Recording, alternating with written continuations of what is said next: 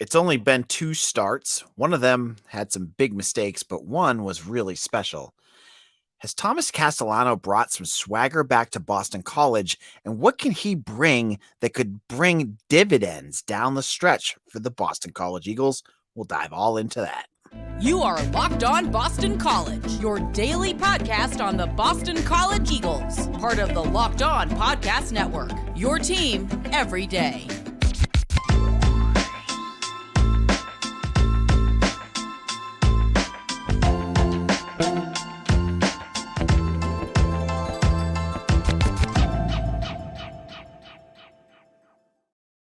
Hello and welcome. This is Locked On BC. I'm your host, AJ Black. Today's episode is brought to you by Gametime. Download the Gametime app, create an account, and use promo code Locked On College for $20 off your first purchase.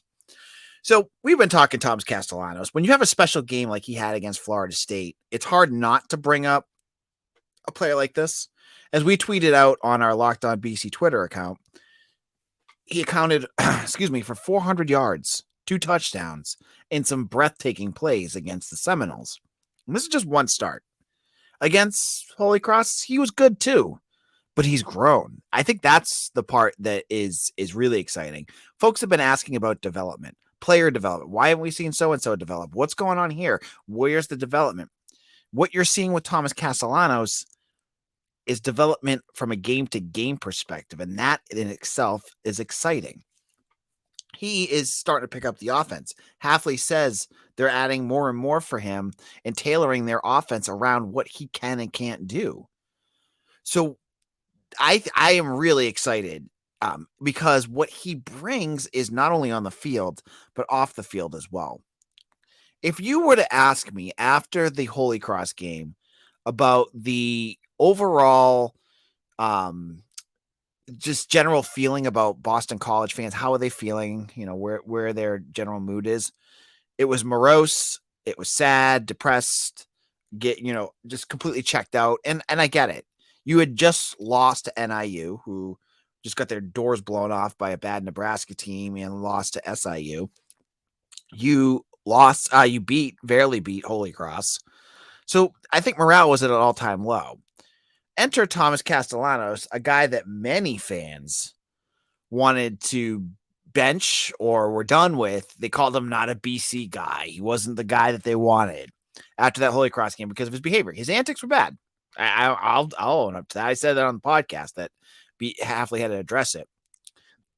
But we didn't see any of that against Florida State. He carried himself in a completely different manner.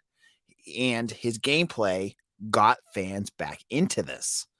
Now you look ahead and you start to get that fuzzy feeling again, the sense of excitement that you haven't had all year and definitely all last year, because you have a guy now that can lead your program in big games. I mean, he just took your team against the number 3 team in the country, and minus a bunch of penalties, he would have won that game. What else can he do? And I don't want to jump ahead of my skis. Maybe Florida State was, looking ahead to Clemson. Maybe Thomas Castellanos just had a one-time game. But what if this is what we can expect out of Boston College? What if now you have a quarterback for the next 3 years that can do special things, that elevates your program to the level that you've been hoping for? We've heard the coaching staff talk about it. Can Castellanos deliver it? It's big expectations for a guy with 2 starts. But remember, you're going to have this guy for a while. You're going to get to see him develop. And I saw folks saying, oh, he's just going to transfer after 2 years, after this season. He's going to be on another team. Remember the new transfer portal rules? He ain't going anywhere. He's already transferred. Thomas Castellanos can't transfer out unless, I think it's if a coach leaves. So if Halfley got fired, or if he graduates. And I don't think he's going to graduate for another 2 years. So you cut him for another whole season at least. If he has success, why is he going to go anywhere else? From what I've seen, he loves it here. So you've got something special here. And what I wanted to bring up was a little talk about recruiting here too, because folks are going to watch him. You've got Florida State fans talking about him. You have recruits watching him. Elite recruits are going to watch him and want to play with him. That's the power of having a good player on your team. When you have a guy like Castellanos who is lighting up the boards and making big plays and getting you on SportsCenter and like everyone's talking about it, there's going to be bigger recruits that are going to want to play for him. So Hafley's pitches are going to start to ring true more. You're going to be able to say to this kid, hey, you're going to play on a high octane offense, an offense that's scoring more points. And yeah, there's I think 60 something in the nation in scoring, and 2 of those games are against lower conferences. But you scored 29 points against Florida State. That is nothing to hang your hat on, right? So I imagine that if Castellanos can continue to play at the level he's playing at, and he continues to be electric, he's gonna be a walking marketing billboard for recruits and for fans, because quarterbacks more than any other position affect the outcome of a game. We've seen it, right? Like when you have a bad quarterback, you have to work twice as hard to get your defense to do things or your running backs to do things to win games. Castellanos, he's going to go right out there and he can just win games with just his pure will. And when you throw that offensive line in front of him, it's going to be great as well. So just think about this. You have recruits. Think about at the end of this year. Ryan O'Keefe's going to graduate. He's gone. You now have a spot for a top wide receiver on this team. And yeah, it could be someone on the roster. But say Jeff Hafley wants to go back out in the transfer portal. And from all accounts I've heard, they're not going to not go out and get transfers. Say a very good group of 5 school has a wide receiver that's really good. Now, all of a sudden, they hear about Boston College. They have the opportunity to play with Thomas Castellanos, and all of a sudden the Eagles are starting to look impressive. Add in the new NIL stuff that's going on. BC's in better shape. So it's recruiting, it's fans, it's the players themselves are starting to believe. I heard Kari Johnson talking about it during today's press conference. The players saw what they're able to do, and I think they know he's the guy that can bring them there. So he's doing a lot in just 2 games, and the pressure is big, but I get the sense that a guy like Castellanos thrives off of that. He just has that mentality, that it factor I was talking about with Mitch yesterday, that tells you, hey, I can handle this pressure. I'm in for big game situations. I can't wait to watch what he can do.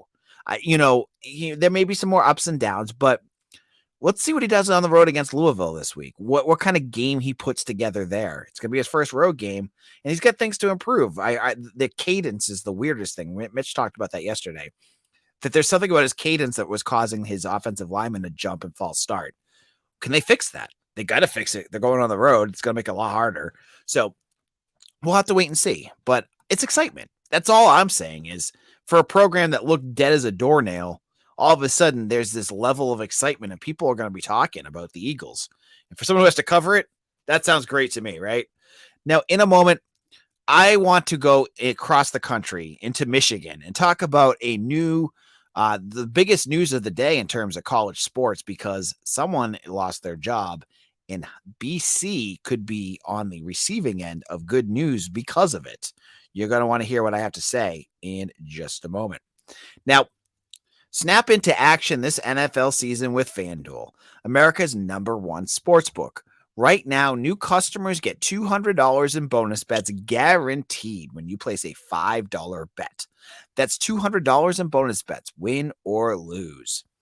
Now, I had some ups and downs this weekend. My under on Wisconsin, I nailed that. It felt good. But Colorado State, that was a big tank. That was a big swing and a miss right there. But that's what I love about FanDuel. You can go in there, you find what you want. You're not searching around, trying to figure out where you can make your bets. It's so easy to use. You can make spreads, player props, over-unders, and more. So visit FanDuel It's FanDuel.com/LockedOn and kick off the NFL season with FanDuel, the official partner of the NFL. Locked On BC, I am your host, AJ Black. And we were just talking about Thomas Castellanos and his how he can bring recruiting and transfers to Boston College if he continues to play the way he did, just after one game of 400 yards. But there was more news, and I'm going to dive into the whole picture so you can kind of understand what happens. But if you've been following college football on Twitter today, you saw that Michigan State finally fired with cause Mel Tucker. This is after sexual harassment charges were brought up against him that were substantiated and led to his firing. Now, he had been suspended, and, it seemed like this was going to be the end game for this whole thing anyways, but it happened quick and it happened fast. Now, why am I talking about Mel Tucker on a Boston College podcast? It's because Michigan State has been going head-to-head with BC on a number of recruits. And for the most part, Michigan State has been whooping BC on the recruiting trail, which is understandable. It's Michigan State.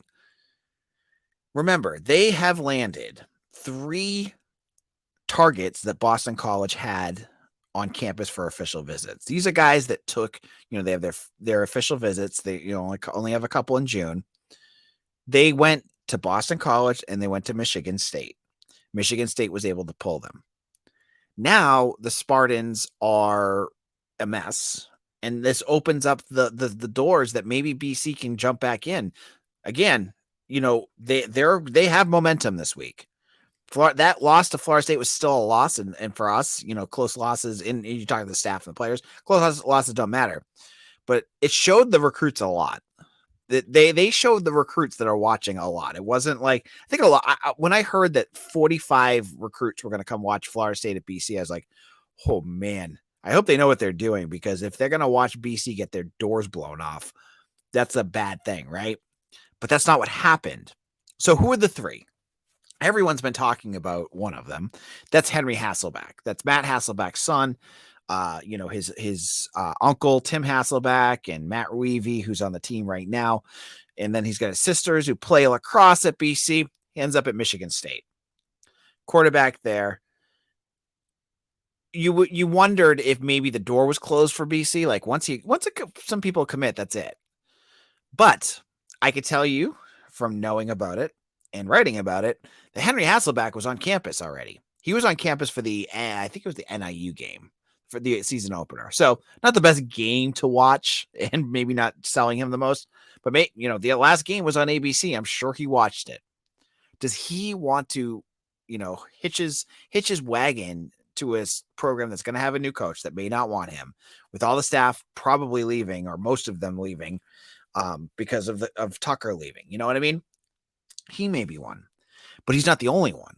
There's Syer Torrance, a wide receiver from Life Christian Academy in New York, who was on campus on Saturday. He was there for the Florida State game.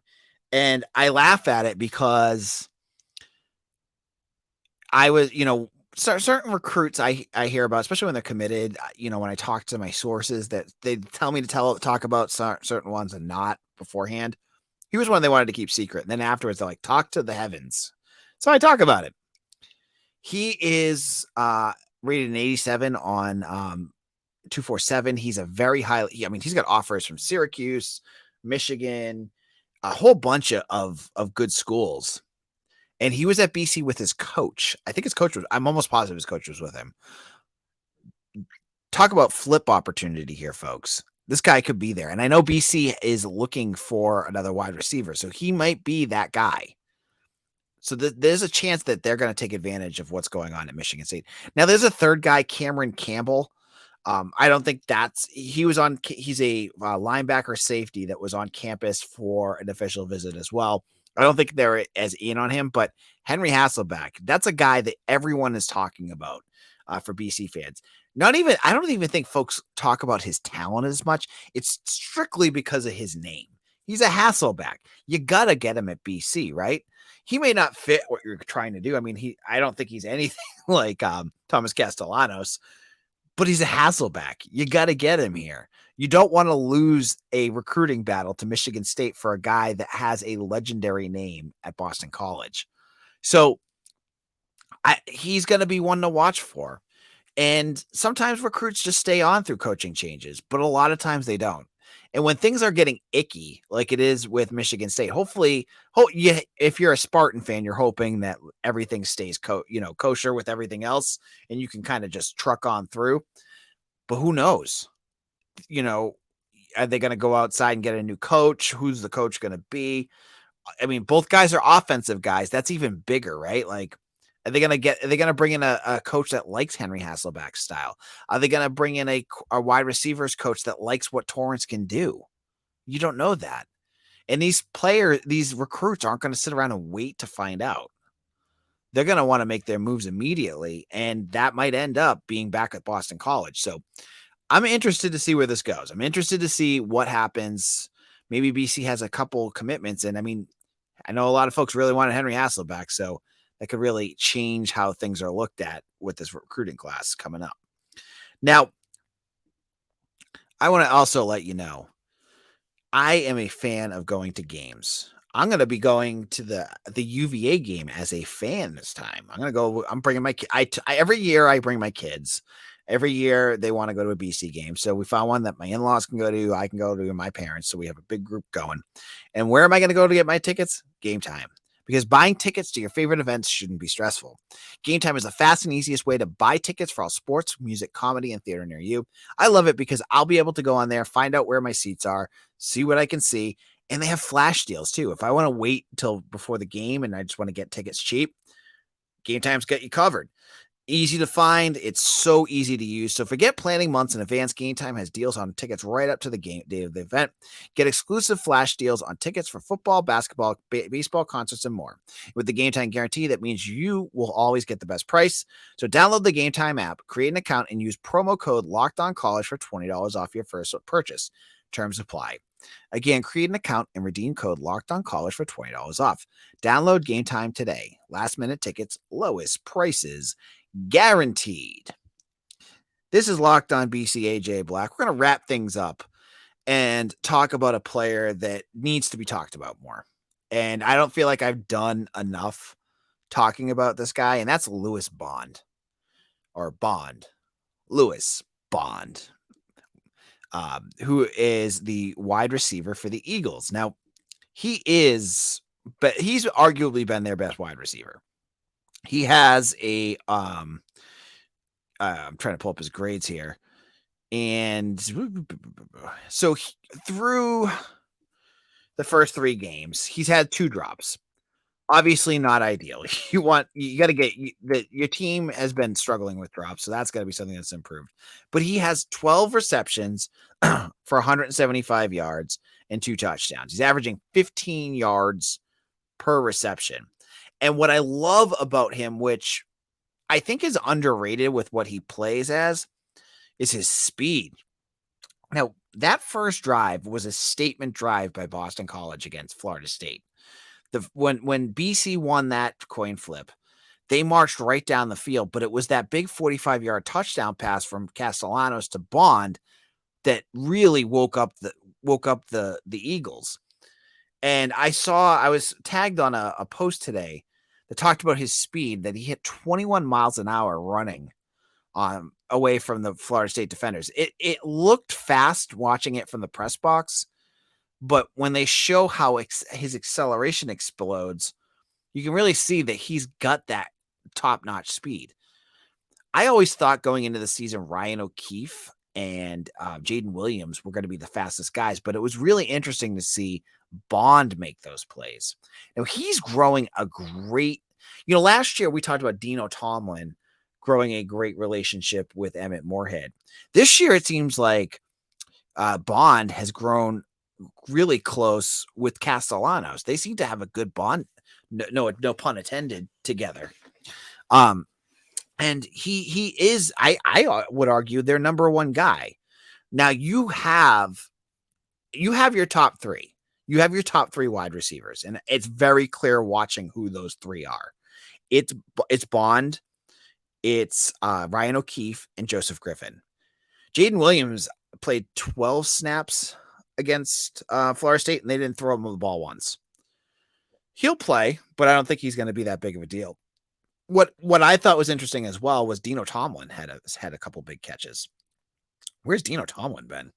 Haven't seen him at all. But this isn't talk about those guys. This is a talk about Lewis Bond.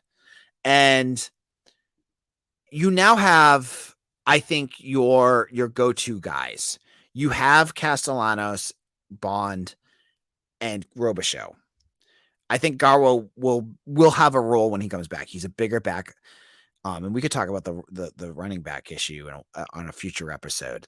But I love the way that Bond is playing right now. He's confident. He seems like, going into the season, Jeff Hafley talked about him as a guy no one's talking about. And I could see why. He's just growing, and he's becoming a very good wide receiver for the Eagles. And I can't wait to see what he does. Like he's going to be dangerous when he plays some of these teams because he's got good speed, decent hands, and obviously Castellanos trusts him. And when you don't have a tight end that can catch the ball, that's a big deal, right? So on tomorrow's show, we are going to do a crossover episode with Locked On Louisville. I think they're Locked On Cardinals. Talk about, get it from the Louisville perspective. You'll hear me banter back and forth with him. So it's going to be a special episode of Locked On that you're not going to want to miss. Make sure you hit that subscribe button wherever you get your podcasts. Hit that like button and follow us on YouTube if you do not do so already. I want to get to like 1,500 subscribers. We're close to like 1,200 right now. If you haven't already done so, hit the subscribe button. If you're listening on a podcast, go over to YouTube, find Locked On BC, hit that subscribe button. It blows up our algorithm, helps new fans find us. And I mean, where else are you going to get a daily BC podcast but here? Thank you all so much. Follow me on Twitter at AJBlack247 or on Eagle Insider. I have a ton of new recruiting news up there that if you liked what we talked about today, you're going to want to make sure you hear that. Mitch has got his game film coming up, all for VIP subscribers. So go in, sign up, and get that as well. Thank you all so much. We'll see you all again tomorrow for another episode of Locked On BC. Take care, everyone.